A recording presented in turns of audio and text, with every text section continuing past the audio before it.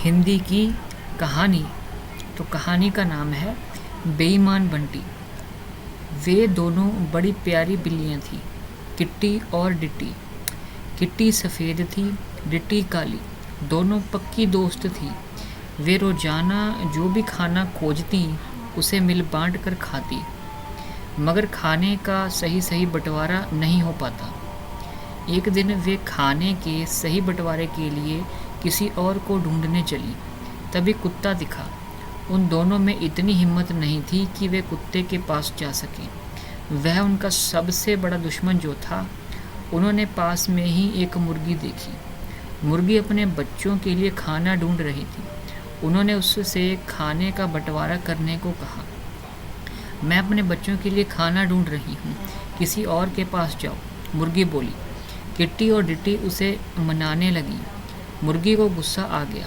वह जोर से चिल्लाई, तुम चली जाओ, नहीं तो मैं अपने पति को बुला लूँगी। वह पंजों से तुम्हारी आंखें फोड़ देगा। दोनों यह सुनकर डर गईं और वहाँ से भाग खड़ी हुई। तभी पेड़ पर बैठे एक कोए ने उनको भागते देखा। प्यारी बिल्लियों, तुम क्यों भाग रही हो? कोए ने पूछा। दोनों ने कोए को सारी बात बताई।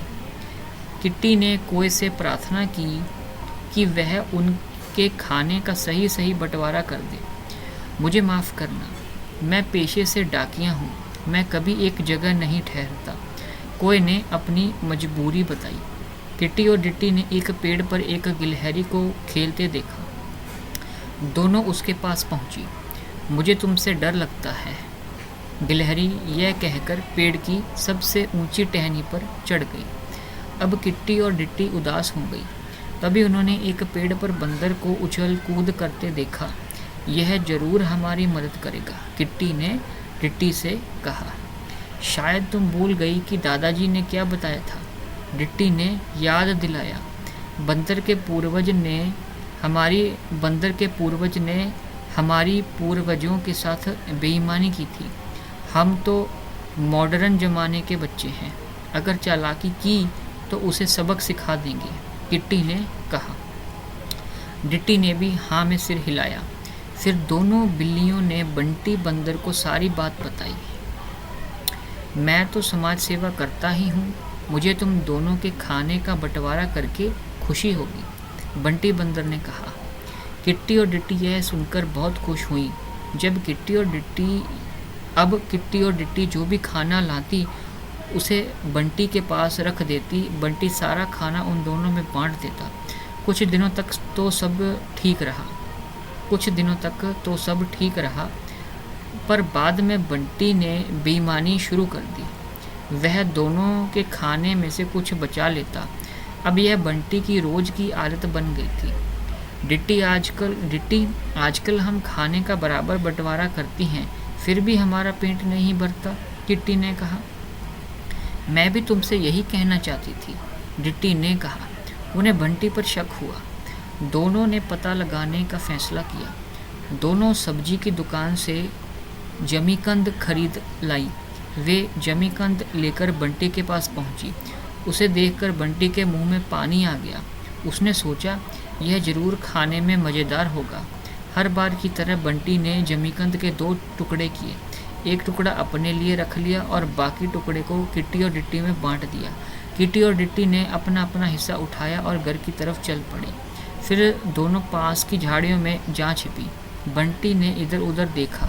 किट्टी और डिट्टी जा चुकी थी। वह तेजी से जमीकंद पर झपटा। खाने के कुछ देर बाद बंटी के गले और जीभ में जलन होने लगी। थोड़ी देर में जलन और बढ़ने लगी। उसने बहुत सारा पानी पिया, पर उसे आराम नहीं मिला। दर्द बढ़ता ही जा रहा था। जलन दूर करने के लिए वह आसपास पड़ी घास खाने लगा, फिर भी उसे कोई राहत नहीं मिली। वह बेहाल होकर ज़मीन पर लेट गया। किट्टी और डिट्टी झाड़ी में से बंटी को देख रही थी। दोनों खुश थीं कि उन्होंने बेईमान बंटी को अच्छा सबक सिखाया।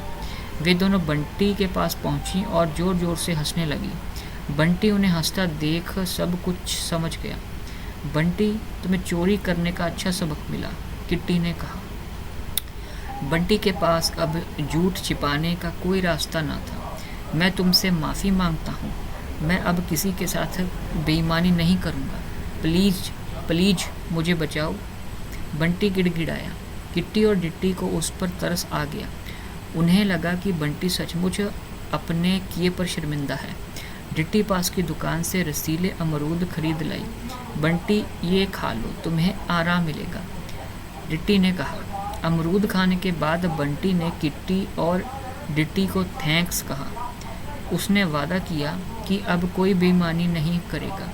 मैं आगे भी तुम दोनों के खाने का बंटवारा करूँगा। प्लीज़ मना मत करना, बंटी ने कहा। किट्टी और डिट्टी मान गई। दोनों को लगा कि बंटी को कुछ मेहनताना देना चाहिए, इसलिए उन्होंने अपने खाने का एक हिस्सा बंटी को देना शुरू कर दिया। फिर तीनों अच्छे दोस्तों की तरह रहने लगे।